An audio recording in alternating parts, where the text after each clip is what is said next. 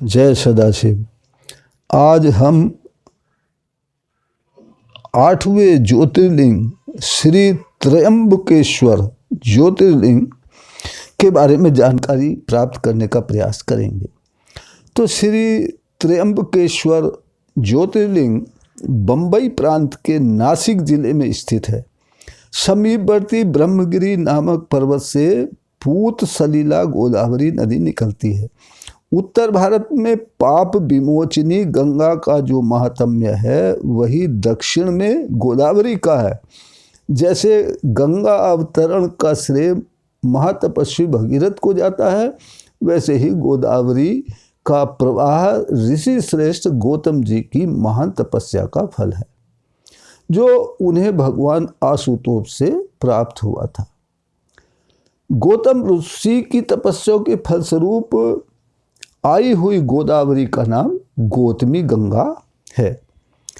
इस त्र्यंबकेश्वर ज्योतिर्लिंग की स्थापना के संबंध में एक बड़ी ही रोचक कथा है।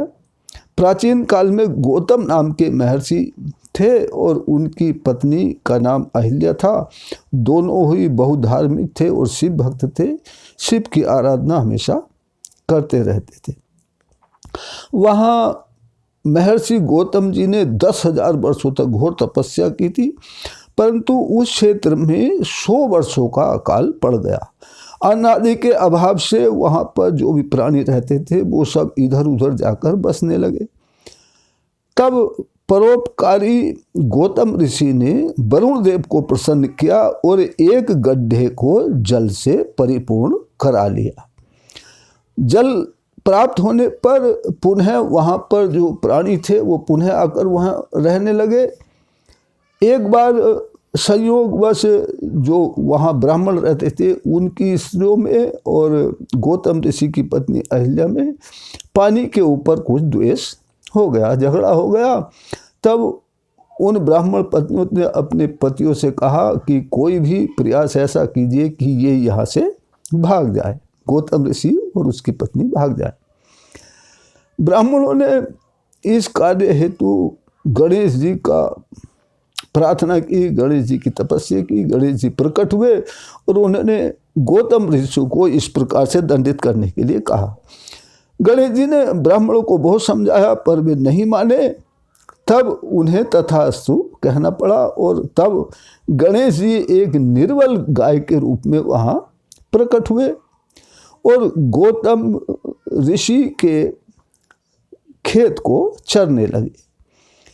गौतम ऋषि ने बहुत ही तरुण तिनकों से उठा करके गाय को उस खेत से बाहर निकालने का प्रयास किया और जैसे ही तिनके गाय के शरीर से स्पर्श हुए, गाय ने दम तोड़ दिया।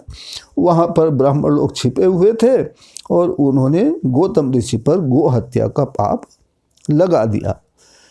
बहुत दुखी होकर गौतम ऋषि ने उनसे कोई उपाय पूछा तो ब्राह्मणों ने कहा, यदि तुम गंगा जल ला करके गंगा जल में स्नान करो और पृथ्वी के चक्कर लगाओ, परिक्रमा करो, वन में जाकर शंकर की पूजा करो, गंगा स्नान करो, तब तुम्हारा प्रायश्चित होगा। गौतम ऋषि ने इस प्रकार कठोर प्रायश्चित करने के लिए शिव जी भगवान का तप करने लगे, प्रार्थना करने लगे।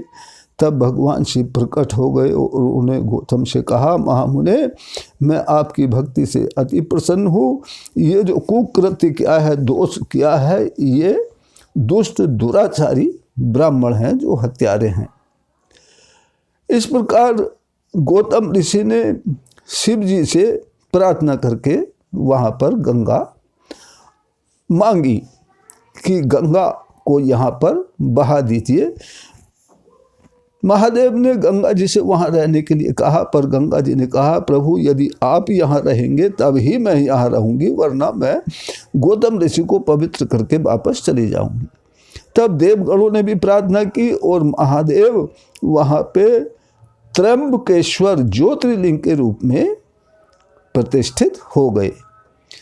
तब वहाँ पर यह त्र्यंबक नामक ज्योतिर्लिंग सभी कामनाओं को पूर्ण करता करता है और महापातकों का नाशक मुक्ति प्रदायक है। जब सिंह राशि पर बृहस्पति देव आते हैं तब इस गौतमी तट पर सकल तीर्थ देवगण और नदियों में श्रेष्ठ गंगा जी पधारती हैं तथा महाकुंभ पर्व होता है। ये था महात्म्य और प्रतिष्ठित होने की कथा श्री त्र्यंबकेश्वर ज्योतिर्लिंग के बारे में।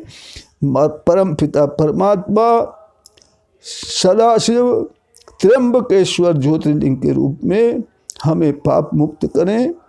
इसी प्रार्थना के साथ फिर मिलते हैं अगली वीडियो में। तब तक के लिए जय सदाशिव।